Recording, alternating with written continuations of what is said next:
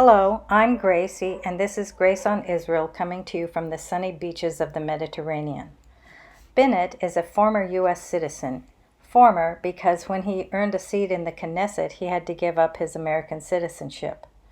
The U.S. allows for dual, triple, and even multiple citizenships. That is, until you become an elected official in a foreign government. Then, by law, you forfeit your U.S. citizenship. Israel has the same rules, multiple citizenships fine until you hold elected office. Before Bennett became prime minister, he started a couple of movements whose main objective is Zionism. Zionism is one of those terms that means different things to different people. It can have a completely spiritual meaning or a practical meaning, depending on your religion and point of view. The practical meaning, put very simply, is that the land of Israel belongs to the Jewish people. Bennett seems to hold to the practical meaning of Zionism, which scares a lot of people and infuriates others. In Knesset, Bennett made himself known and served on different committees, including Minister of Education.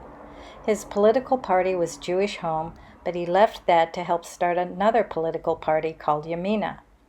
In this last election, Bennett ran for prime minister through Yamina. It was a no-hope far-right party that only got 7 seats, certainly not enough to warrant a bid for prime minister, yet here he is, prime minister. How did this happen? The 2020 election seemed to be between center-right Netanyahu and Lapid of a center-left party.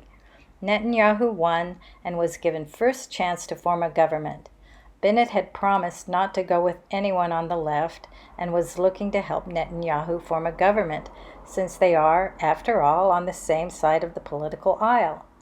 Well, Bennett and Netanyahu couldn't form an agreement, probably because of those nasty indictments hurled at Netanyahu. What did Bennett do? He pulled a sneaky, and in a typical lying political maneuver aligned with the left. So Netanyahu couldn't get his majority, and the left couldn't form a majority until Bennett aligned with them and pulled the "Get Netanyahu out at all costs" card.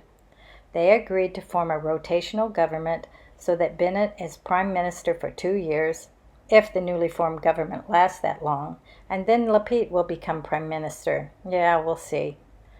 The ongoing saga of political machinations continue in Israel. Personally, I find the whole thing rather exciting, although not nearly as interesting as the political warfare happening in the United States. It's kind of like watching a movie, and since there aren't any good movies out there, theaters are barely even open. Geopolitics is gripping and frightening because the implications are far too real. Here in Israel, it's hot, hot, hot, and summer has barely begun. Stay cool, and shalom. Please like and subscribe.